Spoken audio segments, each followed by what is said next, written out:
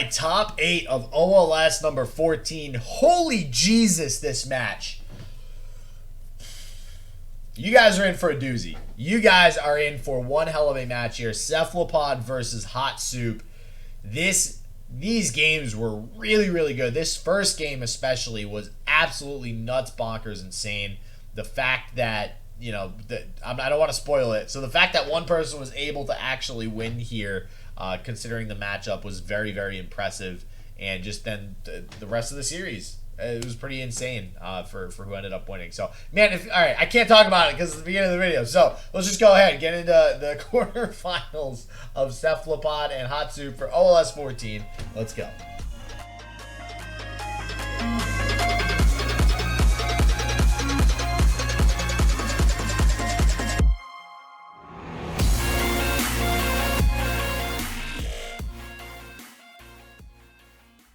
It looks like we got good old Breakfast at Tiffany's versus that deck that we just mentioned in Elise Twisted Fate Go Hard.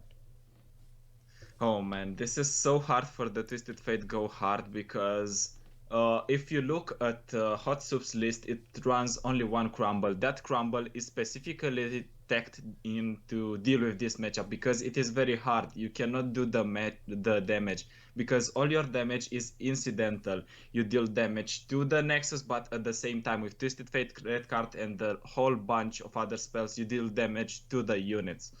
And that is just saying to Cephalopod and his deck, okay, damage me more, daddy, I'm gonna win with the healing anyways. Yeah, it's definitely, generally speaking, HotSoup's Twisted Fate deck is running a lot of ping stuff, i.e. Go Hard itself, and we have seen Vile Feast running the deck in the past as well. So I'm curious to see, like you said, that's probably going to hurt HotSoup in this matchup. We do have 2 Black Spears being run in the deck, which do have a shot of potentially actually removing something. But as long as a card like Astral Projection is on the table, which we already see in Cephalopod's hand, it's going to be very, very difficult, like you said, for HotSoup to remove anything. So I got to agree. I feel like Cephalopod has the advantage in this matchup. Yeah, but as you know, advantage is always on paper, and I've seen endless casts of Boulevard saying, and now this player is gonna win. Never mind, you're cutting me again. Alright. I'm trying to make a point here that this deck is favored, has the advantage, and you just do me dirty. Yeah, no, 100%. We already see even the Boxtopus online as well, and this card alone, I feel like, is so powerful in Cephalopod's deck in this Rocket Tom here, because you're just having that challenger tag and that 3 attack. I've mentioned before, it is a fearsome blocker with 3 attack, which does come up big in an environment where we do see miss rates here and there. But the ability for it to go up to 4 health, just stock, just no buffs or anything. And then obviously you have things like Astral Protection to buff it up even further. This thing just sticks on field, sucks up damage, eats up units, and honestly just ultimately feeds Starspring, which we didn't even mention. Starspring's already on the field. Like, how does HotSoup come back? How does any deck really, unless you're something like Fearsome Miss Rates, which just auto beats this deck, how does something come back, any deck, from getting a Starspring down this early? I don't know. You just need to go get your crumble and hope they don't have an additional Starspring. If they have an additional Starspring, they can try grinding it again, even if you're trying to put the damage. And your deck, as the TK Raka, runs healing that can be played not only on your units, but you can play it on face, because the Starspring is your good old body that is going to heal your units for free. Well, 2 mana when you play it, but for free from the next turn forward. Yeah, it's interesting too. So in this particular build for HotSoup, there's only 1 crumble. Now, generally, this personally anyways, I've seen a lot of these versions running 2 crumble. He is running 2 vengeance and 2 ruination. Usually I've seen 2 2 and 2s from what I'm used to, but crumble I know has been getting a lot more play as it stands lately. A lot of people I don't think were very high on the card when it first came out, but now we're seeing it played obviously in this TF Go Hard deck all the time. And Crumble has the chance to completely blow Cephalopod's strategy out of the water here. I guess the issue is then there's the next step of, well, what if he just gets a really big Tom Kench on the field? So we have a Tom Kench that we can protect with things like Bastion against Vengeance, Ruination, and all these other removal that we have. I mean, this deck has multiple conditions against you if you are TF go hard because, as you said, if the spring is gonna be removed, there's still the threat of the Tom Kench, and if Soraka comes in play as well, you just heal the Tom Kench, eat turn after turn. It's basically Swedish buffet for Tom Kench. Yeah, no, 100% agreed. So we'll see what Hot Soup has to respond with here. I mean, I guess so. The thing with Go Hard is, although, like you said, it's gonna damage. Let's say Cephalopod has a wide field, goes wide, damages some units. We go hard, and then we just change some heal things like Guiding Touch, Astral Protection to go ahead and save some of those units from Go Hard. There is still the long term win condition for Hot Soup of just go harding to the face for victory, right? He does right now. He would only need to, or not go hard, pack your bags at that point. He'd need to play 3 pack your bags, which is a whole hell of a lot of go hards. But it's not impossible, especially if we do get this Star Spring removed when it starts getting closer to the win condition. So I'm curious to see if we do eventually draw a Crumble, which honestly there's a ton of cycle in Hot Soup's deck. So I don't see any way how we don't actually draw the Crumble. I'm curious to see how quickly it comes out here. And he also has additional chances because Cephalopod is not playing cards like, let's say, Star Shaping, which heal the face for a lot of damage. They still queue in a blocker because now he has more chances. In Cephalopod's deck are just 3 guiding touches, and that's just about it in terms of healing for face. Once that damage is being grinded down, it's end of the story. That's the only advantage he can prey on in this game if you're Hot Soup.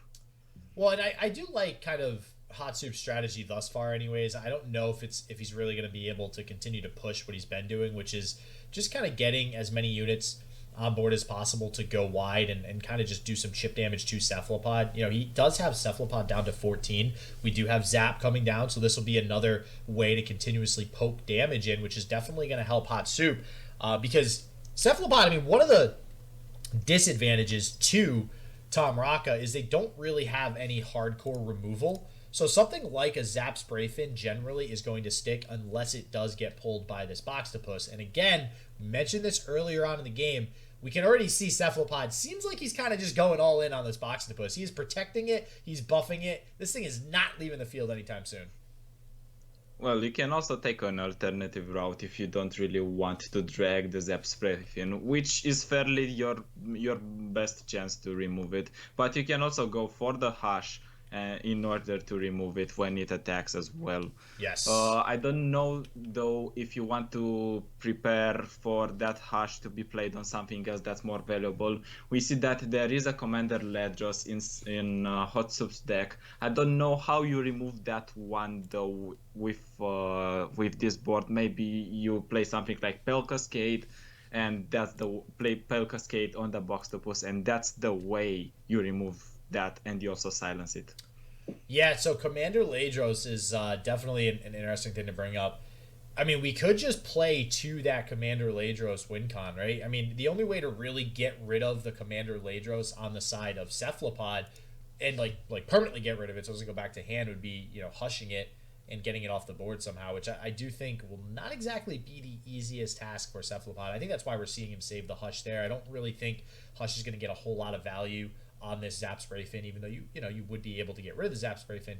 You have plenty of heal right now. You have the Broadback Protector on the field. I don't think you're really too worried about getting rid of something like the Zap Spray Fin.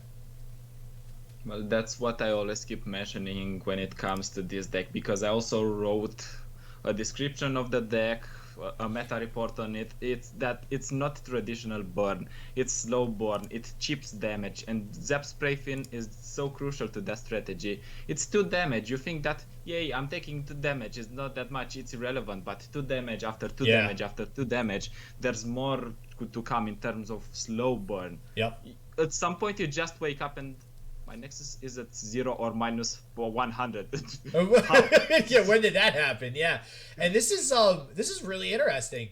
We actually hushed the Twisted Fate in response to the Glimpse, so that Twisted Fate, essentially what's going to happen is Twisted Fate does not recognize those 2 draws, and I just pulled it up prior to that hush.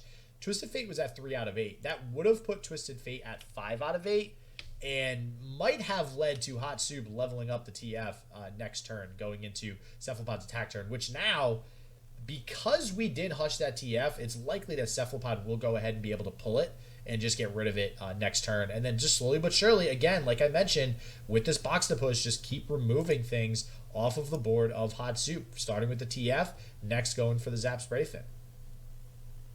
Yep. Well, we need to recognize that this TF can still level on the stack. The thing is, does HotSoup have the tools in order to proc at least 1 or 2 cards in order to not let the Twisted Fate die in vain? Because looking at his list, Salvage is the best option to draw cards, proc the TF, and both proc those red, blue, and gold cards. But that's not the case because it just dies. Yeah, just I didn't even get a shot to be able to sit there and use a oldie but goodie Boulevard quote in let's talk about this Twisted Fate win condition, because it's not happening. There is no Twisted Fate win condition.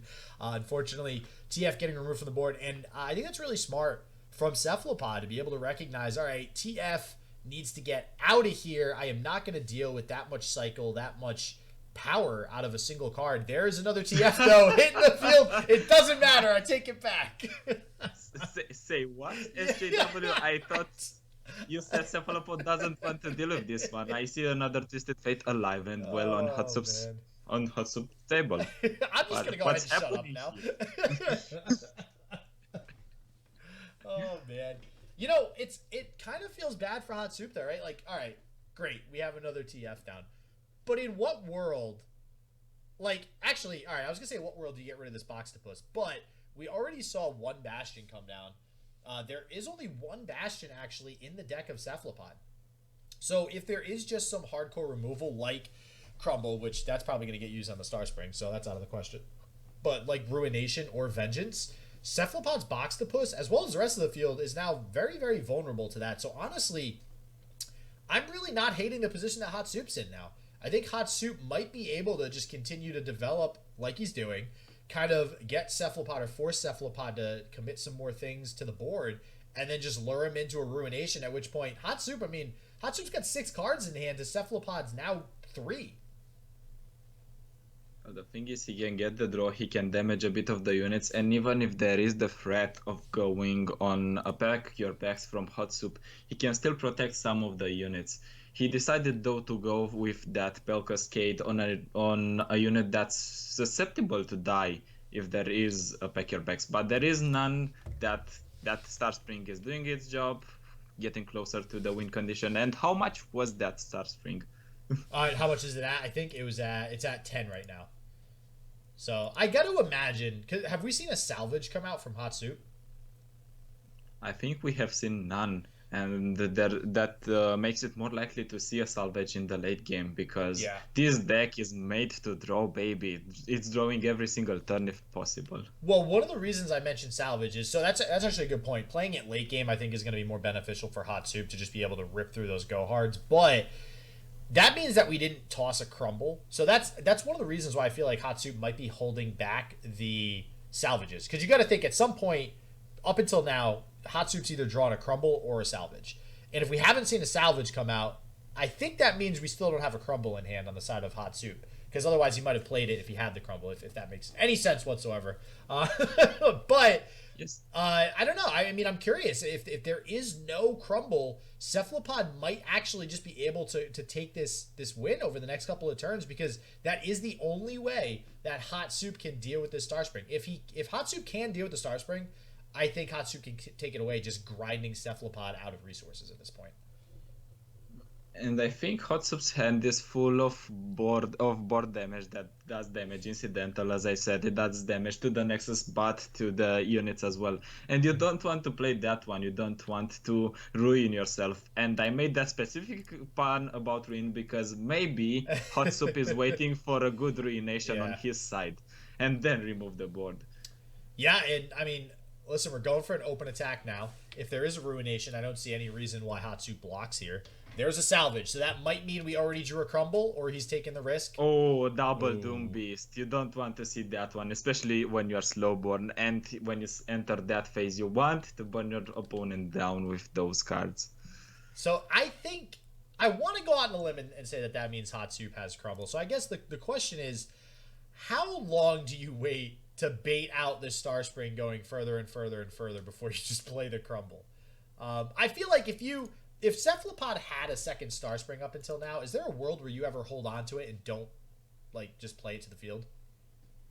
I think there is no reason because Star Spring help each other. Star Yeah. Springs help each other. When the enemy is destroying one, the other one has been already buffed by the other, so Yep. it's staying safe very well on the board. But we see this Soraka coming down, and this is gonna bring a lot of heal to the table from now on. Yeah, and more importantly, a lot of draw. And that means that even if we do get rid of this Star Spring finally with a Crumble, it's a pretty good chance that we're just going to be able to draw into another Star Spring and end up winning the game with that one, because I'm trying to there is actually no other way outside of that Crumble to deal with a Star Spring, right? Exactly. It's like And when I'm they also buff Black expecting Spear, it doesn't kill Star Spring too, does it? It doesn't, but looking at this setup, I think you can fairly say that HotSoup is setting that pack your bags here. And he might also have another Black Spears that he can use in this situation to deal with this board for good. It all depends in HotSoup's mind of what does Cephalopod have in hand. Does he have another Astral Protection, because that is going to be very big in this situation. Yeah, There's a lot of Astral- units that are fairly low, especially that Broadback Protector. And if your opponent is bringing Broadback Protector to full health, it's giving him additional HP. Yep. That's not good for you when you are burned. Yeah. That's not. Yeah, it's gonna send Broadback really high. Which, I mean, if we could even save the Broadback and the Soraka, that means you're basically gonna win the game on an attack next turn. So it's gonna be pretty risky if we do go for a pack your bags here. It looks like HotSoup though gonna go ahead, get another Zap Sprayfin down, which does mean, I mean, we have a decent attack now with these two elusives. We do have another Hush in hand, and it's notable that we are seeing 3 Hush on the side of Cephalopod. I think yesterday we saw a couple people that were only running like 1 Hush for some reason. It was kind of seemed weird to both myself and Boulevard that they wouldn't just be running the full suite of Hush. So I do like it out of Cephalopod, and I mean, it worked so far, preventing what would be most likely a TF level up. We'll see if he can get any use out of this second one here. And that's what I wanted to touch on the Zap Sprayfin. That Zap Sprayfin has been played in that specific sequence after the Go Hard, because you get more chances to get a Go Hard from your deck. And as we have seen, that Go Hard has been played from the far left. That means has been drawn by the Zap Sprayfin. And we're getting ever closer to that pack your bags. The only issue is that Cephalopod is sitting merrily at 19 HP, and that's about to not change too much. Maybe he's gonna go to 20 if this Broadback Protector Cephalopod decides to save him. Yeah, Cephalopod ain't scared right now. He's chilling. He's not worried about dying anytime soon. So we'll see what he does in response to this this Go Hard here. I mean, technically we could save it with a Sunblessed Vigor. I think doing this on the side of HotSoup though kind of screams that there isn't an Astral Protection, which is pretty good because there's no reason why you wouldn't see Astral Protection come out there to just hyper accelerate this Star Spring. And by the way HotSoup is playing this, I think no, he doesn't have another Go Hard. I was thinking he was hard trying to get that Go Hard. Yeah, I know you're using a lot of hards there.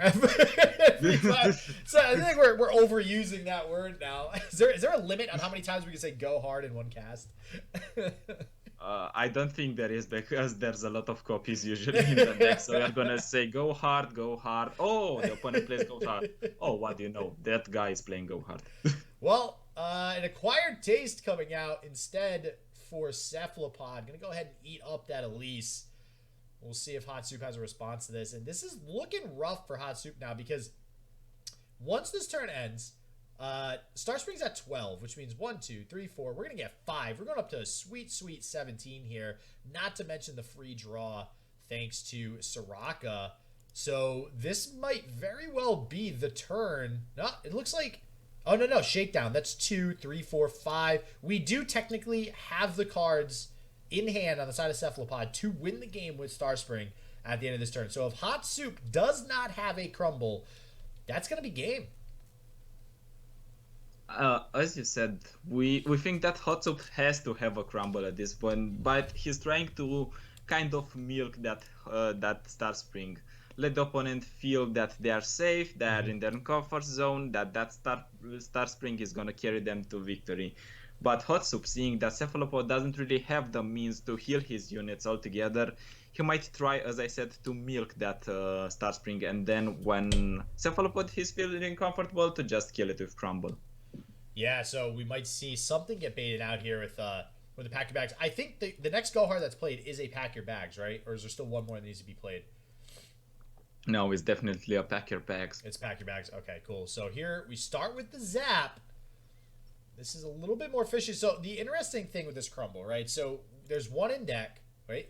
That has to be a pack your bags. It has to be. Yeah, that's got to be a pack your bags. So what I was going to say about crumble is there is only one in deck, and although there's a lot of cycle in HotSoup's deck, the problem with Go Hard is that it does shuffle additional copies of cards that aren't crumble into the deck. So there technically isn't necessarily an increased chance to draw crumble, even with how much cycles in HotSoup's deck.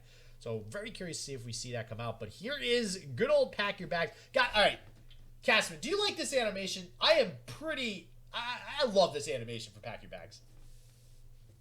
I cannot say if I like it or if I do not enjoy it. Some people say that this is kind of too flashy for a game that is, let's say, medieval at core. I don't know what to say. I don't hate it. I don't enjoy it in particular. It just does its job in terms of cards and technical efficiency. I don't know, man. I just think it's so satisfying to end the game with it. I mean, from my side. Oh, you mean from like a casting perspective? You can have a baboon dancing in the middle of the screen as long as the card does its job and to your opponent, right? Oh man, great! Now we're gonna get a baboon in the game. I can just see it now. Way to go! Way to give the devs ideas, Casman. Oh man, so we got. I mean, listen, we got 7 mana. It's boom or bust here on HotSoup's side. We need a crumble. If we don't get a crumble, it's game over. We are gonna go for the attack first. I don't. I mean, there's a. Let's see. I'm trying to think, is there any way we get Cephalopod down to 5 health and then play another pack your bags this turn? Listen, I'm just trying to think of some weird plays right now, okay? Oh, well. Like, how does HotSoup win without Crumble, I guess is the question. It's gonna be very rough for him. I don't think he is still in danger. That's just 7 heal, and currently Cephalopod doesn't have the means, I think, to finish the game off. No, he doesn't. Yeah, I was actually incorrect earlier. I was thinking shakedown. Oh, well, wait. That might change. Let me off. do a boulevard. Yeah. Right when I was about to say that the opponent doesn't have any single freaking chance to win the game, they do the contrary. They draw the card that they need to in order to win the game. Damn. Oh, now they I don't know how can. Boulevard feels. Yeah, now they definitely can. Yeah, right. Dude, it happens all the time. It happens all the time. Just so many back and forth, drawing back and forth here. And wow, I think it's the first time I've seen 3 Zaps Brayfins on the field too. All attacking right next to each other. So let's see. The Zap bodies. Yeah, right. So that's 6. So there's no chance, I think, that HotSoup wins from lethal at all. I imagine, as far as Cephalopod is concerned, his victory is he needs to play, because right now he's 2 off from winning the game, because when Starspring ends a turn, it's going to heal Boxtopus, and actually, no, now he gets the 3 with the Broadback Protector. So he does have himself set up to win the game without playing a single card in hand. So this is it. This is the moment of truth, ladies and gentlemen. Does HotSoup have a crumble? Have you been sitting on it all game? Watch it come all the way from the right. It was like in his first hand the entire time. That would be nuts. Yeah, that would be nuts. We didn't do some hand tracking, unfortunately, but that was from the middle. I hope there is a crumble because otherwise HotSoup kind of loses the game. He has nothing to do about it. Oh, he's digging he's for it. Searching for it. Oh, he's digging for it. Wait, is there a way for him to negate this? No. Okay. He's digging for it. Can we find a crumble in 2 draws? Or can we find 4 go hard? He can. All right, HotSoup can win with 4 go hards right now. If he has 4 go hards in hand, he actually wins the game. Oh wait, yeah, there's no heal, right? If I please have 4 go hards. Let me see. Please have 4. What did you draw, HotSoup? Show us. Show us if you get the go hards in order to go hard and win the game. I don't. Crumble's too easy. 4 go hards. Ah, there's the crumble. Oh, Okay, we damn. got the crumble. Oh man, I really wanted to see 4 go hards like to win the game right there, but crumble gonna take down that Star Spring, and we are very much back in this game on the side of HotSoup, and that has got to be a feels bad man moment for Cephalopod. I actually have a question for you. How do you feel about this TK Raka deck here, SJW? So I have actually played it. I think I played a lot of my games here from. Like, Okay, we're not friends anymore. It's not. Well, there goes that. I don't know. Like I like the idea of having an alternate win condition like Star Spring, but I actually just don't think the deck is that. Like it's very straightforward and not very fun. Right, and it just auto loses to something like miss rates. Like literally, if you queue up into miss rates on ladder, just forfeit. Like just don't even actually play that game. There's no reason to play it. Even if you have box to puss and like Astro Protection in your starting hand, there's no point in playing that game. And I don't know. I'm not crazy about it. It's but I don't hate it nearly as much as something like oh man, like TF Swain. I absolutely hated TF Swain the entirety of its existence. That deck I hate with a passion. This deck is it's okay. I don't mind it. Why do you hate me? Wait, so you don't like the is it the win condition that you're not crazy about, or? I mean, this deck is basically reverse Demacia. Instead of you're hitting your opponent with stats, you're just sitting there and accumulating the stats. That's actually a really good way to put it. I'm not gonna lie. Reverse Demacia. I kind of like that that comparison there. I mean, you're not lying, but the difference I think, which is why. I do think this is actually a little bit better than Demacia, which is why a lot of people have been playing this as of late, is that it does have a ton of draw. Namely, what we're seeing here, we have Soraka.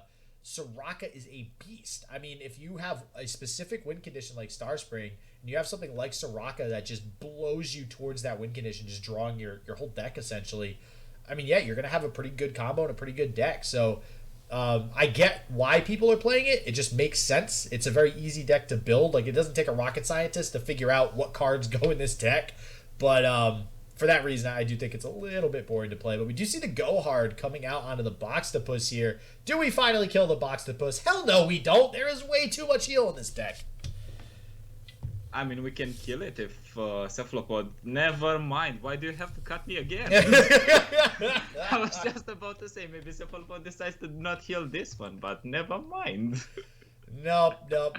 When you try to kill things, like if you're playing against a Rakatom and you're trying to kill the followers or the creatures it has on their side of the field, it is not your decision as to whether or not that creature dies. That follower dies. It is the opponent's decision. It is the Rakatom player's decision as to whether or not they let that unit die. You just have no control over it. And in this case, Cephalopod says, nope, I am keeping my Boxtopus, and I even have 2 more in hand as backup. The only thing is HotSoup is drawing into more go hards. The game is being prolonged so much. I think HotSoup has the superior chance in winning this game compared to Cephalopod because he had the Star Spring on turn 2, but there is no more Star Spring. That Star Spring has been destroyed. There's no more that's being drawn, and it's going to be very hard to pile up that HP that you've been crawling into for so long. Yeah, no, for sure. And we have another Twisted Fate coming down here, getting the blue card, getting some of that cycle. And now, I mean, we're at a point where we have seen 4 go hards, because we just saw another one played, right? So, and we're at 18 cards left in deck. So I am terrible at math, so bear with me here. 4 go hards, you shuffled 8, you had 3 in your deck. That means we're at 7 left in deck. It's probably completely wrong, but as far as I'm concerned, I think there's maybe just under a 50% chance that we just draw a go hard as our next draw. So we should start seeing Pack Your Bags come out pretty frequently now. I mean, I can simplify that mathematic operation for you, and I can just say there's a shit ton of go hards. All right, I like it. Taking the easy approach. That's something that I could get on board with. And thank you, SkyBlue626, for subscribing. Appreciate the support. Thank you very much.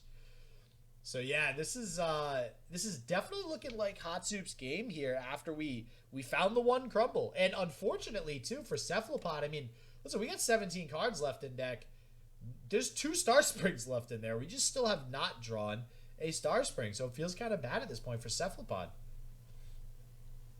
Well, he can still grind that star Spring, and he can still somehow manage to keep himself alive because there is a Soraka that's on the board.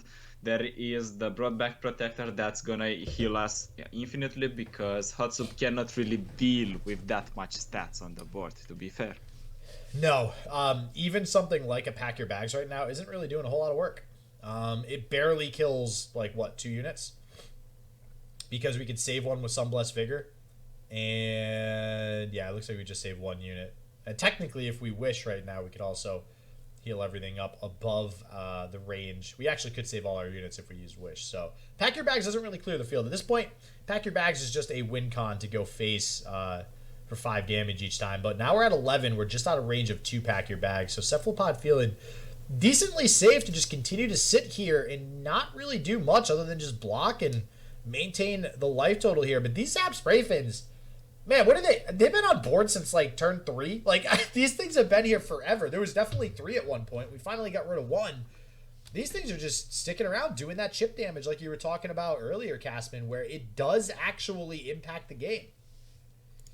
Oh, as I said, they just chip in damage, chip in every single turn, so you find yourself dead before you even know it. And what's concerning me even more is that TF has been there for a pretty long time, so that TF might level, that draws us closer to our win condition because TF leveled means a lot of red cards, a lot of potential incidental damage to the Nexus, and we go ever closer to our Pack Your Bags win con.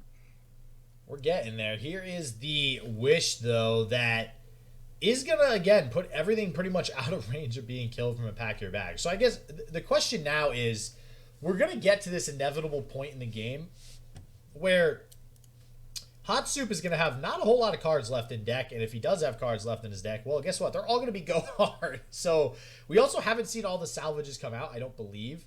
So at some point, we're just going to have a ridiculous amount of go hards that HotSoup can continue to... There's a salvage. HotSoup can continue to just unload these go hards. There's the Ladros, which is probably not that great that the Ladros was tossed, but I don't know if it's going to really matter too much. Well, it kind of really matters because that Ladros does more damage than any Pack Your Bags can do. Even if your opponent heals, you just jump him twice of that HP again if the Ladros is just being killed. Yeah, that's really, really unfortunate, but we'll see what Cephalopod decides to do in response here. Lots of... It's so, see, this is where I see this deck, and I'm like, I'm not crazy about this deck. Because if you look at the board state in the hand of Cephalopod, what do? Literally, the goal of this deck is to do nothing. You don't want to do anything. You just straight chill. You wait till you draw Star Spring, and you hope your opponent damages your units. That's literally all you do. And in this case, with HotSoup having the 2 elusive zaps, at some point we have to use this Hush on a Zap Spray Fin to get rid of one of them. And that's going to feel really bad. You don't want to have to use the Hush on that. You probably, at this point, are going to want to try to prioritize getting rid of this TF again, which is at 5 out of 8 for a level up right now. So very curious to see what Cephalopod decides to do here. Looks like we were probably going to open up trying to challenge the TF again. I'm just curious if HotSoup thinks that he can deck out Cephalopod because the Soraka heal is gonna kick in pretty much every single turn. Maybe he tries to deck him out, but the problem is Star Spring. If your opponent draws Star Spring in one of the last cards and then reshuffles every single time cards, you are in for a fun one. Like, I guess we're at the point where if I were Cephalopod, I'd be like, all right, I'm just going to try to attack for the game. Like, I would just try to go in for lethal. Like, why not at this point, right? You have a bigger board than HotSoup. You're going to be able to trade with anything. You don't mind taking damage onto any of your units. Why the hell not? Let's just go for lethal. And I think that's what Cephalopod's kind of setting up for here. We even have another box to push that we can get onto the board. Yeah, man. And that vengeance has protected Twisted Fate, but just for this turn, if HotSoup doesn't really have a way to proc it right now, at least proc it, because if you get another Twisted Fate, you can replay it again, abuse those cards that he has, red, blue, and golden. Another opportunity to draw, but Also, more opportunities for HotSoup to draw because TF is now leveled. You can draw every time you proc the spell, you proc the free cards until the blue card. Yeah, and it looks like here's the challenge coming out. So we probably are going to get some cards coming out here. The Boxtopus is not going to get killed by anything really. The gold card, the red card, none of it. So in order for HotSoup to actually save the TF, we're going to need something else. Trying to think of what might Oh, come there out. it is. There's the Star Spring. Now Cephalopod can turn back and sit on his ass again. Yeah, basically, yeah. Now nothing's died this turn on HotSoup, right? Because I'm thinking Black Spear maybe to kill the box post, but actually it's not gonna matter. We have Sunblessed Vigor. We have two Sunblessed Vigors. So I think the Twisted Fate's just gonna die. And like I mentioned earlier, kind of going in for this all-out attack here, I think this is where Cephalopod starts to take away the game, just going in, going hard, one might say. Well, there's the last HotSoup. vengeance out of HotSoup, so it means he doesn't really have an option. Also, he could have had the option to vengeance after this Twisted Fate dies, but not anymore because the blue card kicks in after the attack happens. Yep. So no vengeance, this Twisted Fate is bound to die. Yeah, Twisted Fate going down. I believe that's the third one. Is that right? I think so. So HotSoup here is on no Twisted Fate anymore. We just need to rely on a bunch of Go Hearts to transform into Pack Your Bags. Of course, we have a lot of those, but it's going to be pretty inefficient if our opponent manages to heal every single turn from the Broadback Protector. It's pretty inefficient. Well, And now the here's Star Spring hits again on the board. if we get a Pack Your Bags this turn, we actually the Broadback Protector will technically live because of Sunblessed Vigor and two Sunblessed Vigor, which means that basically the Sunblessed Vigor essentially turns into a Heal Your Nexus too, or to actually get it outside of Pack Your Bags, it would heal him a 3 total. So I'm just trying to think at this point, HotSoup. I mean, we have 8 cards left in deck. The only way HotSoup wins is by just getting like if he's saving if 5 of these cards in hand are all go hards like this, that's how HotSoup wins. We just like machine gun go hards and just go ham on Cephalopod's face and just hope that we're able to take the game home. And that's a good start. Actually, this would get 2 Sunblessed Vigors out, but Soraka's Wish gonna blow that out of the water, and almost nothing dies from Pack Your Bags now. Wow. And I'm really thinking if Soraka is working as intended because it's too much power at 3 mana. You have decent stats, you have the wish that heals everything that has been damaged. I think it's kind of too powerful in its current form. And that brings me to the question, Riot, what did you do to my Brom? Why does it have 0 attack? If Soraka can be a 3 mana 1/6 with such a broken effect, why isn't Brom good? But in the meantime, there's the first Pack Your Bags, and let's see if HotSoup piggy banked on all the Goru hearts, so he has more Pack Your Bags options. So technically, right now, actually, there is a guiding touch. So we can't win the game even if all the cards in HotSoup's hand are go hard, because we do have guiding touch to heal face for 2, which will actually keep Cephalopod alive at 1. So there's that. And then obviously this Broadback Protector. Ooh, I wonder. So I guess HotSoup would need some kind of draw. If we are, because there's no way all the cards left in hand are go hard. But if we do have, like, I want to say all 3 salvage were played by now, but another glimpse, or just really anything that's going to allow HotSoup to draw. Did one of these Pool Sharks get played this turn?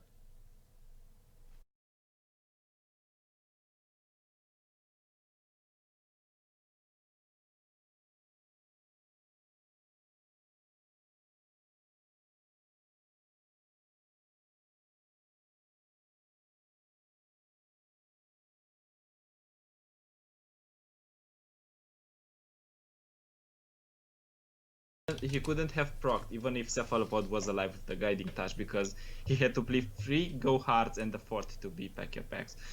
And speaking of Pack Your Bags, There it is. Here's one. Is there a second? So this was all right. This is kind of what we played up to before we got disconnected. So actually, it's pretty perfect that the stream just reconnected right now too. So this is working out pretty well. The Sunblessed Vigor, it looks like, did end up coming out onto this Broadback Protector, like I had suspected, and it looks like HotSoup is going to prioritize getting rid of the Broadback Protector, but additional Sunblessed Vigor is going to prevent that and keep Cephalopod healthy. So it looks like we are going to need 2 more pack your bags to actually finish out this game on the side of HotSoup. And it looks like that is what HotSoup saved up for. It looks like you're right. He did piggy bank his go hards here. I don't think at this point they might be enough. It's gonna be go hard after go hard after go hard, but I don't think Pack Your Bags is gonna finish anything because there are too few cards in HotSoup's hand. Even if he manages to proc 1 Pack Your Bags, he cannot proc the second in this turn, and then Cephalopod heals, and through the grace of gods, he's gonna win. Well, it looks like we're going in for an attack. So now here's the other thing. The one disadvantage you could argue of having a landmark is you by nature are just going to have 1 less unit. Now, granted, that doesn't really matter because of this Zap Spray Fin here, but this could potentially start pushing more damage to the face of Cephalopod. Now, the one issue, we have Guiding Touch. Guiding Touch and Hush on Zap Spray Fin kind of sort of do the same thing if you block the Zap with... I don't know. I don't think you get any additional value by hushing the Zap, right? And trying to save additional life by killing the elusive unit. I don't think any of the trades here line up that way. Well, if you want to kill the Zap at any point in the late game, which we are in for damn long, you get the chance because you can still bank on your Hush, and you already have the, as you said, the Guiding Touch, but you have that option to wait a bit because the Shepherd is also gonna get buffed from the Star Spring, so you have a decent blocker for your Zap if you decide to go for the kill. Okay, so we are actually gonna hush the Zap, and this is why I was curious. Putting the Broadback Protector there like that, I don't know if that makes sense, just because you do have the Broadback Protector that could have at least given you more heal, but I think Cephalopod maybe recognizes this is the last turn of the game probably. Either HotSoup has the go hards or doesn't, so I don't think my Broadback is going to live through 3 more go hards anyways, even with this Guiding Touch. So, I mean, maybe that's the thought process Cephalopod had, and he knows that the Guiding Touch is going to go face anyways, and wow! That's a thing. That is a late game ruination if I've ever seen one, and that is big deal. We are going to get a heal off of Soraka. That's going to give us 2 draw. And was not expecting that to come out this late in the game in this situation. This is a very odd situation to actually use Ruination in. And I love how patiently HotSoup has played through all this game. Yeah. Even though he was at a disadvantage, he didn't draw blindly that Ruination. He just waited for the best situation to come up to use the Ruination, leave his opponent without anything. But what's that on the top of Cephalopod's deck? Yeah, you guessed it. It's a Soraka. So... yeah. The healing game goes back. You know, I like how you mentioned Braum, right? It's like, what the hell, man? Why has Braum got no love? Braum, like, Soraka's a 2-7, man. Why is Braum still has no attack? Feels really bad. Soraka, I am really impressed with Soraka. I am curious to see what deck she gets used outside of Star Spring when additional healing cards start to come out. That's really, that whole elusive strategy seems interesting with that card that, you know, every time you heal something, you get the elusive tag on that unit that was healed. So very curious to see what happens with that. But the good thing with that Ruination that we just saw on the side of HotSoup is that leaves Cephalopod with not a whole lot of damaged units. Sure, we have this... oh, Jesus. I just, like, blanked on Krusty Codger's name for a second. We have Krusty Codger on the field. But unfortunately, that's only 1 heal. And this Star Spring is at 16 out of 22. No time soon are we going to be getting towards that actual win condition, but this shakedown and this Guiding Touch could change things a little bit. Ooh, that's a good draw. Right now, it's a dual S-sitting game because every player waits for something. Yep. Cephalopod is waiting to win the game through the healing. HotSoup is waiting to bank the go hards into the Pack Your Bags. Everyone is waiting for something. Let's see if one plan goes above each other. Personally, I would favor HotSoup, first of all, because I simply hate, as you know, the TK Raka, yeah. Right? All right, you're a little biased, all right, Casper? But I think the TK Raka simply has the advantage in this situation, because you can heal back every single time. One go hard doesn't really do much. And especially because you have the Guiding Touches, another Ruination. Wow, okay. This is such a big deal, though. Astral Protection doesn't do much here. We are at 18 out of 22, and we do have Krusty Codger. Like, all right, we need 4 more heal to win the game, and we do have the ability to do that between Krusty Codger and a couple turns of Star Spring. So, oh, this is all right. Elise is very, very big right now. Hush could allow. Wow, this is so interesting. So we could Hush the Elise to block it, and then still Astral Protection. And then this just means that Cephalopod is going to win the game. Wow. That is, what an end to this game. Like, this is crazy. I can't believe this is, I mean, after so much back and forth and players holding cards, I'm so surprised to see the game end like this. I mean, having a Hush and Astral Protection in hand like that at the very end of the game just seems crazy. Wow. Yeah, the thing is, as chat mentions, is that there might be a pack your bags and then you just lose because the Star Spring triggers at the start of the next round, not at the end of the round. So that might be crucial to the win here for HotSoup, or for the lose for HotSoup, because Cephalopod has the winning play with the Star Spring. There's no pack your bags. No pack your bags. So, but here's the thing. I'm not sure. I'm assuming that we're not at a pack your bags yet. Are we still one go hard away from a pack your bags? Or is that wrong? I think we might be still one, but HotSoup has been playing a lot of pack your bags right now. There it is. Oh, no. Wow. And he does have the pack your bags. I thought he was one away still, and finishes the game out with pack your bags. What an insane match there. And Star Spring at 21 of 22. Oh my god, what a crazy, insane back and forth. That was a very, very, very good, well-played game by both players. Like, I really no crazy misplays that I saw. I did see somebody in chat ask why the shakedown was held for so long on the side of Cephalopod. Oh, Cephalopod realizes what he could have done. He could have damaged the unit with the shakedown, so he was exactly at 22, but he decided not to damage with the shakedown, and that lost him the game. Wait a second. Wait. Yeah, he could have damaged the unit and then heal it with Astral Protection, so he would have had exactly 22 heal. Wait, no, no, he can't do that, because I think that that does 2 damage to unit to get vulnerable, not 1. So if he did 2 damage to the Krusty Codger, it would have killed the Krusty Codger before the Astral Protection went off. Yeah. All right, man, you had me worried for a second. I was like, wait, did Cephalopod just misplay? I don't know about that, but yeah, no, that was very, very, very close. I do like, yeah, Me Card Gamer. I almost said Mr. Card Gamer. Me Card Gamer in chat. Yes, he would have had to pre-hush the Elise. That would have technically saved him there, which that's insane to think about. I mean, in order to pre-hush in any situation, almost, if you're pre-hushing, it's very difficult to read exactly what your opponent has to know whether or not you need to pre-hush. It's a very hard situation.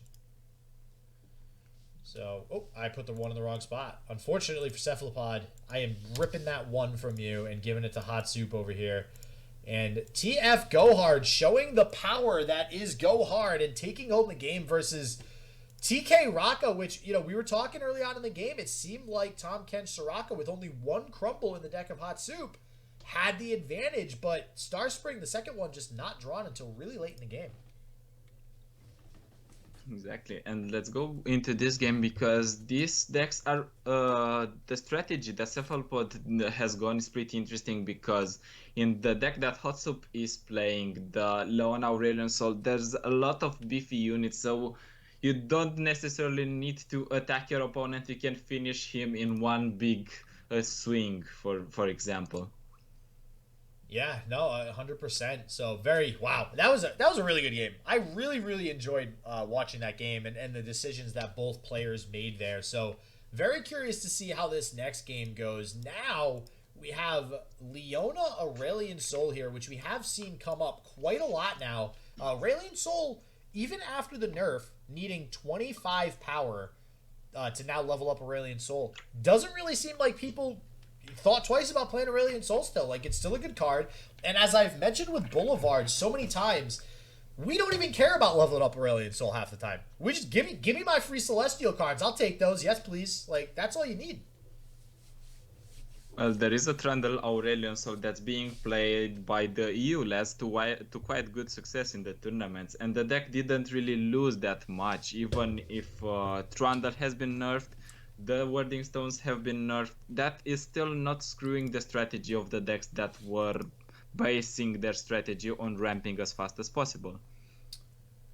Yeah, wow. So I'm curious to see how impactful, I guess, Aurelion Soul is going to continue to be in this current meta. Anyways, obviously, Field of Rush still a thing as well, even with Aurelion Soul. So we have Sunburst coming out to kill a Soraka. Wow, all right, really valuing just getting that baby off the board, preventing, I should say, that draw that might eventually come after she levels up. And with 3 damaged units, honestly, it's looking like Soraka with a Star Spring in hand is going to be leveled up, if not this turn, then next turn. We could have saved it there. This play is so good because it basically plays around everything that Cephalopod has except for that one copy of Bastion. And that's the only punishment for HotSoup if he goes for that line. Other than that, every spell that goes on that Soraka, they're going to get negated by Sunburst, return the unit to the original value, and they'll kill it for good. Yeah, 100%. So just real quick, updating everybody if you're just joining us here. We are currently in the quarterfinals of the OLS number 14 here.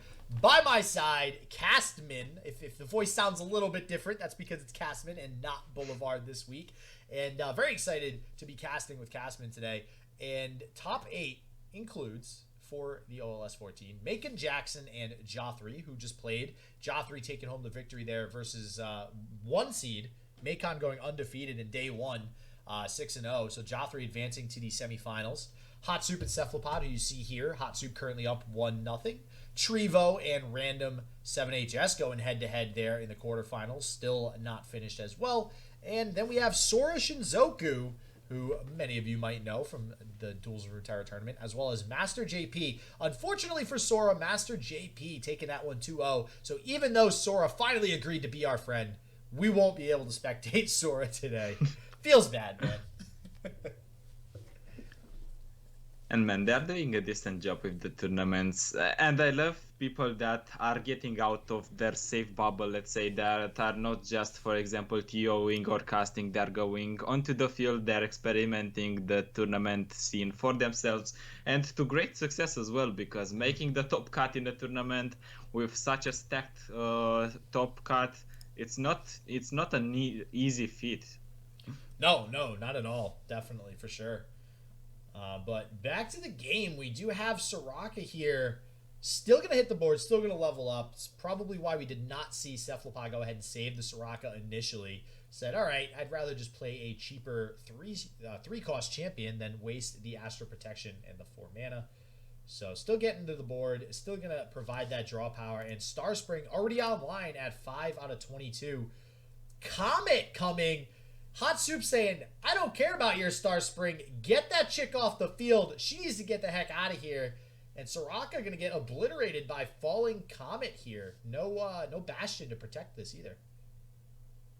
Yeah, even if there is just one copy of Bastion, as I mentioned and as you mentioned, it seems to be very shy and it doesn't really want to show up when it's needed. Not in the last game, not in this game. Specifically in this game when it's very much needed, because HotSoup had 2 kinds of removal to deal with the cards he needed from Cephalopod's side.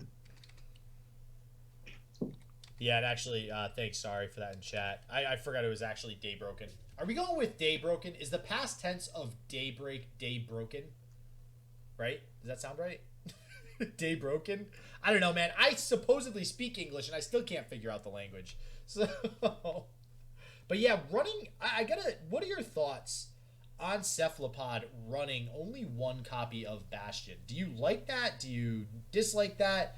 I mean, well, I know you hate this deck, so I was going to say, what would you run? So I know you probably wouldn't even play it, but what have you typically seen among other players in other tournaments? Are they running 3 Bastion? I don't think it's bad to run 1 Bastion, because you put your opponent on his toes every single time.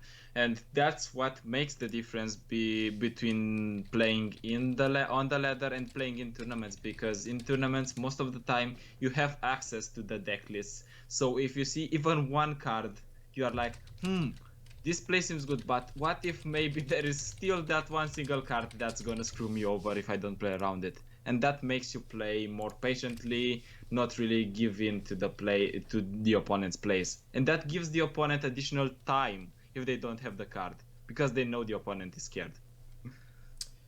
Yeah, no, I 100% agree with you. So we'll see what Cephalopod decides to do next year. Action passing back over to HotSoup, and I do. So one thing I do want to mention though with this matchup, right? And HotSoup obviously seemingly having won the match that we thought HotSoup was disadvantaged in. Now we have something like Starspring on board, online, getting some heals. It's at 9 out of 22, but you're going up against a Celestial deck. And there are plenty of Celestials that you can go ahead and grab with the invoke effects of so many of these cards that we'll just go ahead, like Comet, which we already saw one come out, that we'll go ahead and obliterate this Starspring. We did already see HotSoup use one comment on a Soraka saying, I don't even care about Starspring yet. We'll worry about everything else first. But we can always just pull another comment at some point, playing another Mountain Scryer or one of the other invoke effects in HotSoup's deck. Well, the main win conditions for HotSoup's deck, which is the Leona Aurelion Sol, is either he builds up a very big board and then he starts stunning, especially because he's playing Leona and Ravun, so you're stunning turn by turn and get a wide attack, or you can just keep summoning Celestials and then you get a big, let's say, the Great Beyond, and then you just smack your opponent with that big Great Beyond in the face for 14 or more damage. Who the hell knows? And then you just leave him in pieces. So we'll see. Looks like HotSoup just taking some time to think over the options here. Another Eclipse Dragon. I was just talking about this yesterday. Holy Jesus, do I love this card right now. Ever since it went up to a 7-7, which it used to be a 7-5 for those who don't know. It got buffed up to a 7-7. Doesn't feel like it's that great of a buff, but let me tell you, having 5 health, even 5 to 6 health, is a great deal of a difference when you're going up against a lot of the 5-cost units that have 5 attack. So this card now seeing a ton of play, and honestly, the Daybreak and Nightfall effects are absolutely amazing, especially Aurelion Sol on 8. Yes, please. I'd love to play Aurelion Sol for 8 mana. That feels good. I mean, that card has basically got double Pel Cascaded, but not with the attack. And that's what throws me over so many times, because that 1 HP difference makes such a big difference. You think that 1 HP doesn't mean much, but when you see it in effect, in action, it just throws you over, because you work so hard to kill a unit, and then there's just one Pel Cascade, you have no additional damage to kill a unit. Yeah, especially when it's replacing itself with that draw, right? So it's definitely a good card. If you could change Pale Cascade, what would you do, Castman? What would you? Because I know a lot of people have discussed that maybe it's a little overtuned, maybe it needs to get changed. If you could change it, what would you do? I mean, you can give up on the draw, but that's never gonna happen, because the card is not gonna be that playable anymore. You have better alternatives, but you can give up on the HP that the card gives, because the attack is fine, you don't really care, but the HP is kind of crucial, because you save a unit and then you grow a card. It's just too good, and it's good on the offense as well, because you get that attack that's normally not that important. It's just too good. It's pretty well rounded. Yeah, no, honestly, I agree. That's the first thought, especially when you have something like Nightfall aggro. You know, it makes sense that Targon gets the additional attack but not the health. So curious to see if they ever change that, or if they ever do something with it. But in the meantime, we got some problems here for Cephalopod. We got a pretty big field on the side of HotSoup. We still have the attack token over there as well. And I imagine we're going to see both of these Eclipse Dragons as well as the Leona come in for an attack here. We even have 5 mana left. So we could even get a Leona's Morning Light to come out. And that is a card that I keep comparing this to Nautilus's Riptide. Like, Nautilus's Riptide, terrible. Or sorry, let me rephrase that. Riptide, terrible. Nautilus's Riptide, freaking amazing. All right, Morning Light is almost identical to that, in that Morning Light, nobody runs it. Terrible. Leona's Morning Light, when you have a Leona on field, yes, feels pretty freaking good. And this board, I think, just screams that HotSoup needs to have the Aurelion Sol. And even if he doesn't have it, it's pretty big already. And how much can Cephalopod keep this damage away? Because those units are going to grow. He doesn't really have a way to deal with all of them. Maybe one Astral Protection will do it for one unit, but what about the others? Sunblast Vigors are not gonna do much all the time. And there comes something that EU calls 5-mana Vengeance. I mean, it's basically 5-mana Vengeance, not gonna lie, yeah. It has some counterplay, obviously, if you're able to remove some of the units, but listen, Cephalopod's deck, Bilgewater and Targon, not a whole lot of removal. This deck in general just doesn't have any removal, really, so we're not gonna be able to counter this. And we don't have, you selecting 2 Eclipse Dragon, that's a lot of attack. No way you're gonna buff any unit above, what was that, 8 and 7 right there, 15. No way you're gonna get it above 15 health. I think there's gonna be a single combat coming, because you don't do that when you are not certain, completely certain that you have a way to deal with the Tom Kench.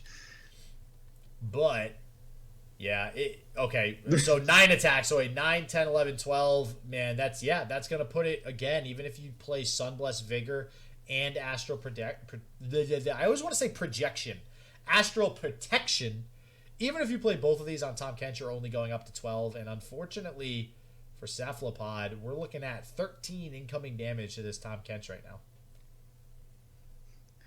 Well, this Tom Kench has no way to survive no matter what.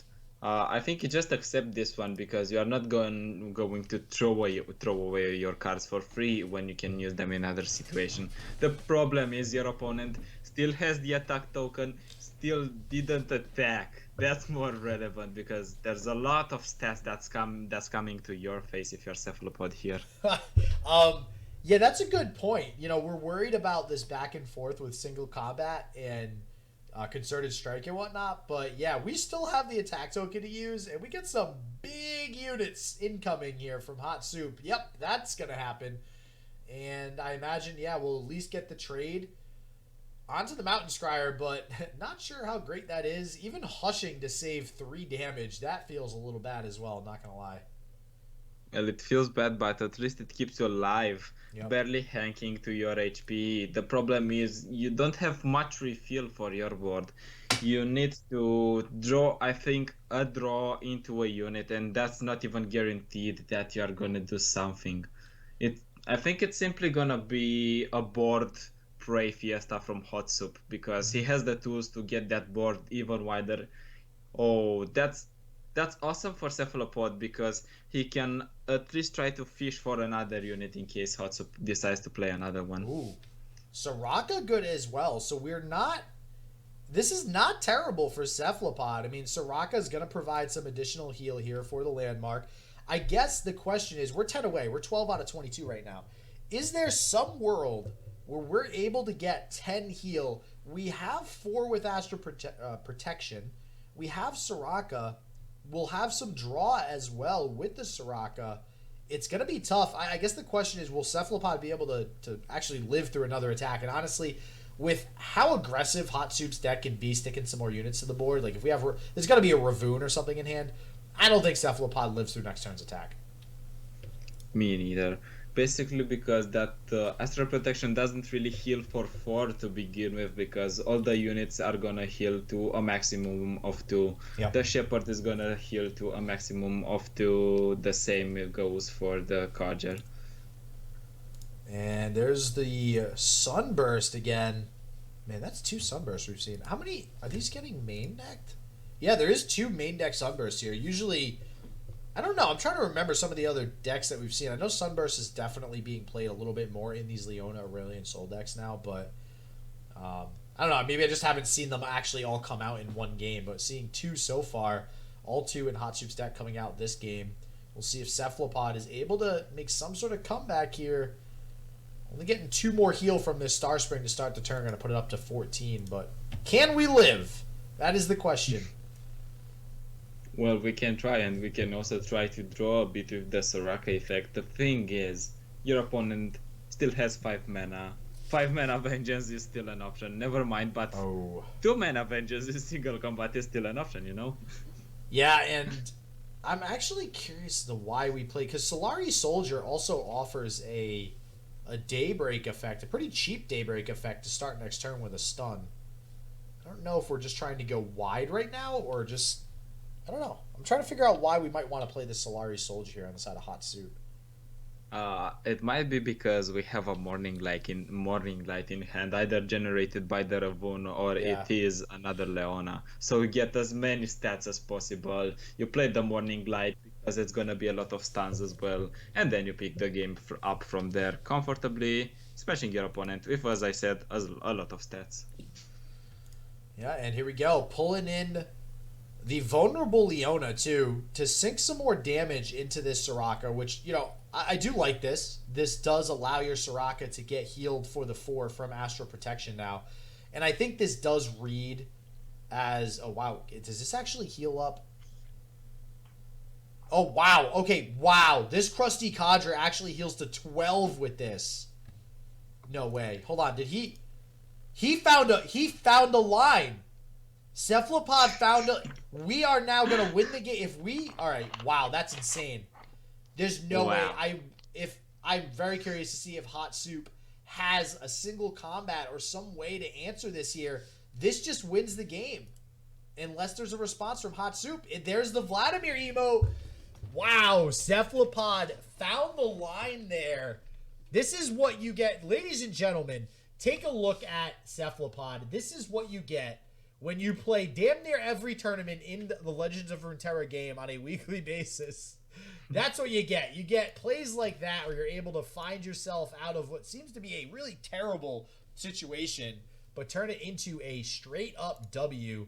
I did not get out of that game. I really hope it loads it, or it's going to freeze. I have a feeling it's going to freeze. But let's hope for the best. In the meantime, as you said, that's what daily grinding and weekly grinding of tournament does. It pays off because you get so accustomed with this scenario that you cannot simply get surprised by anything anymore. Because what it is basically, you see all the shit that players can come up with if you play a lot of tournaments. So nothing surprises you anymore. Yeah, 100%. Well, I don't know. See, it's interesting. For the most part, there's not a whole lot that surprises me when I watch these games. However, I will say in this game in particular, there is still a lot of plays that we've yet to see. And this actually came up yesterday when I was casting this event with Boulevard. And just heads up, everybody, it did freeze. So I'm just going to reloading everything. I got to wait for my friends list to load here so we can get back into the game. There it is. So basically, there was a situation that came up and we didn't really know how the card interaction would work, right? And I'm sure this has happened on a lot of casts that you've had as well, Castman, where you don't know how one ruling, so to speak, quote unquote, is going to work with one card or the other, or how they're supposed to work. And just because it's an interaction that we haven't seen yet. And even with how many games I've cast and you've cast and Boulevard's cast and everybody, there's still situations that come up that we've never seen before. That we've never actually seen how a certain card interacts with another card. And it blows my mind how often that happens with Legends of Runeterra. Yeah, that's very interesting. What was that situation? Because I think it was a concerted strike and the River Shaper implied, if I am not mistaken. That's or is it that's another a good question. situation? Do you know how many situations I constantly... You expect me to remember this, Castman? I mean, you were talking about a specific situation. Don't you have an idea about what you're talking? No. Somebody in chat, if you were here yesterday, dig me out of this. Dig me out of this. If I think of it, I'll let you know. I think it might have been a River Shaper thing. I'm not sure. That sounds right. But speaking of River Shaper, anyways, we do have a barrier deck, and I actually just mentioned this to you a little bit earlier, Castman. Barrier decks seem to be very, very popular right now. They're definitely the most popular Demacia deck, I'd say. Man, this is just... We're seeing this all over the place. Well, we don't see scouts anymore, so Demacia needs to have at least one viable deck that they can play on the ladder. It's pretty decent because you can win in the late game in case you draw your 9 mana, give barrier to everything, and when Shen is leveled, you just get on top of the barriers a lot of damage. Yeah, for sure. And already Cephalopod starting out pretty strong here. I mean, we're already going to get the buff onto this Green Glade Caretaker. And man, I'll tell you, I see some big Green Glade Caretakers nowadays, especially with Bright Steel Formation. You're getting up into the 20s pretty easy sometimes. And another play that actually, so this is Fiora Shen. For anybody who might not be super familiar with this deck, Shen's Champion spell, baby. Shen Stand United. This actually matters because there's been a lot of times where you assign a blocker. I've seen people assign a blocker to something like a really big Green Glade Caretaker, and there's a Shen on field, and you have another Shen in hand, and all of a sudden you're no longer blocking this 27 attack Green Glade Caretaker because you played Shen Stand United. So that is actually a card that sometimes late game that you do have to worry about when going up against this barrier deck. Yeah, because as you said, at one point you're safe. You're like, all right, I'm not going to die anymore. I'm gonna pick up the game next turn because I can attack. I have a pretty decent wide board, for example. And then you see the Shen spell, and you're like, I cannot even humanly possibly heal to 27 HP because I only have 20. Yep, it's very unfortunate. And yeah, that is one thing that kind of differs with Legends of Runeterra from some other games. You know, anybody who's played Magic before, which actually, Casman, I haven't gotten a chance to ask you. You've played Magic before, right? Is that have you played? Do you play? I did play the Magic the Gathering Arena, but just a bit because the design was awful. So I was like, if in this day and age a digital card game cannot look better, I don't want to play it. Well, we all know that Legends of Runeterra is the best card game anyways, so why would you even bother playing another card game? But yeah, no, the reason I bring that up is because in a game like Magic, you actually can't heal over 20. And this actually, because that is the life cap in Magic, or at least the life that you start with. And something that used to come up a lot when Karma Ezreal ripped that deck, even though we have actually seen it pop up a little bit now. One thing that always came up with Karma Ezreal was people would be at 20, and back when Karma Ezreal was good, you would just get 20 to 0 and burst speed. So you actually didn't have a chance to respond and heal yourself, and you can't go above 20. So even though you had heal, it didn't matter. You still died. So it kind of felt bad when that happened, not going to lie. Oh man, my best friend and a pretty good player, Pescola, if you guys have heard of him. I mean, the rivalry between us dates back from the days when it was Karma Israel versus Darrowing. Yeah. That was an insane... It was a beautiful game to play because the chances were 50-50, but damn, it was draining. Anyways, let's get back to the game and see what's happening here. Oh, all right. Meteor Shower gonna feel pretty good here for HotSoup. Looks like it's gonna take out the Fiora, or actually, let me double check the targets here. Yeah, it looks like 4 to the Fiora and 1 to the Caretaker here. We'll see if we get the deny out. Honestly, doesn't feel like a terrible deny. HotSoup doesn't have any mana left, and this would basically nullify the attack as well. Save the Fiora. So we'll see if this deny comes out. Yeah, there it is. Well, this deny kind of has to come out because we are a board-centric deck. You want to build a big board and then smash your opponent. You cannot really let your opponent kill everything that he can. Yeah, and HotSoup, much to probably Boulevard's dismay, no judgment in HotSoup's deck. So no big board wipes as far as that's concerned. We could get some sort of Celestial card, possibly Cosmic Rays, but I don't know how much Cosmic Rays would actually get done versus a deck like this. So yeah, really, you're pretty safe going wide. What's your thoughts, Casper? What are your thoughts on River Shaper in that card? Do you like River Shaper? Do you hate it? What do you think? I think it is pretty decent, unless that broken interaction with Concerted Strike comes into mind. And I would also like them to fix the interaction when the unit hits another unit with barrier. Because the effect still procs, but you didn't deal damage. Oh. That's kind of counterintuitive. Once they fix that type of things, I think River Shaper is gonna be a balanced card. It's gonna be still played, but not that more power just because the card doesn't work as intended. So I know what you were talking about earlier. Now I still don't remember what it was. I just know it wasn't that because that was a separate conversation we had. Isn't that like a bug right now? They didn't Riot say that was a bug with River Shaper? Well, it's still working for months now, so I don't know if it is a bug. Because if Huh. it is a bug, they didn't catch it fast enough. I think But I we're waiting on them to fix it because Riot is very kind to us. They're listening to us. Oh yeah, Riot fixes most things. Listen, they made such a good game. I'm totally okay with giving them a get out of jail free card when they screw up sometimes. Like it's totally fine. Because otherwise this game is absolutely phenomenal.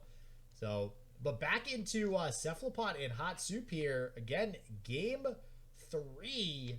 The winner of this is going to advance to the semifinals, and just an update for everybody. Right now, Jaw3 did take a victory over Macon Jackson, who was the number 1 seed, going 6-0 in day 1. And Jaw3 going to meet the winner of this game here in the semifinals. The other side of the bracket, we had Master JP, who you guys probably just saw floating around in chat there, is actually going to be playing Trevo. And Trevo actually beat Random 7HS. They finally finished their game. Trevo won out 2-1. So all of our caster curse energy yesterday got used on Trevo in day 1, and he had a disconnect and lost the round because of it. So I think now that he is free of all the caster curse, he's looking like he's going to make it to the finals. So it looks like we are going to be casting the winner of this game versus Jaw3 next up once this one's over. And it looks like it might be over any second once Cephalopod gets to get a hit, because I don't think HotSoup can put that wide of a board on his side that the Shenfiora cannot punch through in this specific situation. Yeah, this is looking really rough, and this is one of those spots where with this, because I feel like I give so many Leona decks a little too much crap. I have seen them do fairly well as of late, but going up against something like Barrier, like you said, it's a very board-centric deck. I feel like Barrier just builds up too strong of a board too fast, and then has something like River Shaper down really early. It's just really hard for something like Leona Aurelian Soul to really ever get going and come online, because right now, turn 7 is really the first turn, or turn 5 really, you can drop a Ravoon. But turn 7 is really when you start to get things online with something like an Eclipse Dragon. Also, seeing this Equinox, I assume that the other options were also spells, because in this situation, I think you want more blockers. You want something like the Serpent, maybe you want the Messenger to put it on the board and get an additional blocker. So I assume the other cards were potentially Moonglow and Moonlight. Yep, that probably is accurate. I'm gonna go ahead and silence that screeching dragon for the time being. And yeah, this is not looking good. I mean, I gotta just go back to that first game though, right, Casman? That game was so ridiculous all the way down to the last turn. Like I'm very excited to get that one up on YouTube, because I think everybody's gonna like kind of rewatching that game as well, including Cephalopod and HotSoup, because that was some crazy decision making there. And when we really think about this series, it took that much for HotSoup to eke out and squeeze out a win there versus Cephalopod. And Cephalopod seemingly just doing a really good job of just completely, like, just killing HotSoup here in these last 2 games. Gonna have another sweet, awesome time deny on this Comet, too. Looking like he's gonna pretty easily take this one home. Yeah, and he can additionally go for a single combat if he's not confident enough that he has a whiteboard. He just goes for a single combat. He can remove the 2-3 or the 1-2. Yeah, I think I enjoyed that more just because you get an additional draw.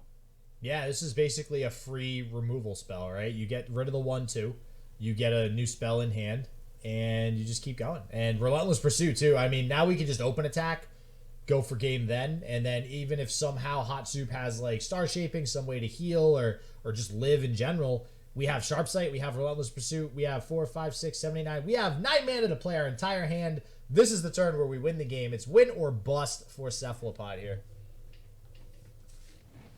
I cannot see the bust situation. I'm gonna be fair with you, SGW. I gotta What agree. on the face of the earth can HotSoup do in order to save himself from the Relentless Pursuit and the other buffs? Yeah, I gotta agree with you there. I gotta say, you know, I see in chat too, Real Key. I 100% agree. I know I just asked you about River Shaper previously. Man, River Shaper is like, you don't want to deal with it because it's just this 2-2 that like seemingly does nothing. But when you have combat tricks like single combat, like concerted strike, all these barriers, it becomes really difficult all of a sudden, because then you just have River Shaper giving you all these free spells that just, you never run out of value in a deck where generally Demacia eventually runs out of steam and runs out of value.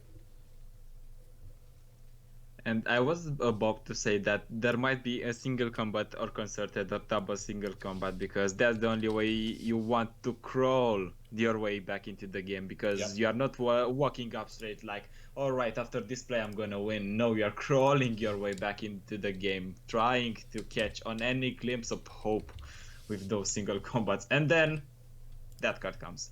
Sharp Sight comes, it just loses. Yeah, Sharp Sight blows this one out. Gonna also, technically, because there's a single combat coming down from HotSoup, this actually even not only allows the River Shaper to survive, but gets a spell. Well, so, there's still the option to have another Concerted Strike. I think that's very likely. That is possible. Oh, throw up the shed emote. All right, well that...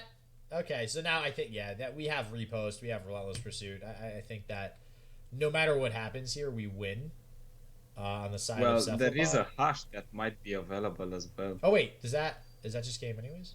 Yeah, that's still game. Okay, never mind. It's game anyways. Yeah, never mind. All right, so Cephalopod there gonna take it away 2-1 versus HotSoup, and holy Jesus, that was an insane first game. HotSoup being able to scrape and claw his way to a victory there versus Cephalopod with that TF Go Hard deck, but at the end of the day, Cephalopod just doing what he does best and winning tournaments. All right, so Cephalopod taking it there. And like I was trying to say before, it's insane that TF Go Hard actually beat Tom Kench Raka. That was a matchup, you can hear myself and Castman saying that matchup was likely favored for the Tom Kench deck. Like, it just makes sense. And you can even see there towards the end of the game, that really took a lot of effort for HotSoup to pull that one out. And I think HotSoup came in the Discord later and said he lost brain cells playing against Cephalopod, which I can understand. That was a hard game to play. And then Cephalopod pulling it back there to come back down 1-0 versus HotSoup to advance. So awesome gameplay, awesome quarterfinals, and now we're going to go ahead and get to the semis. So don't forget to turn on the bell so you guys get notified when the semis and the finals go live. And as always, everybody, stay healthy, stay positive. I hope shit just works for you, and peace out.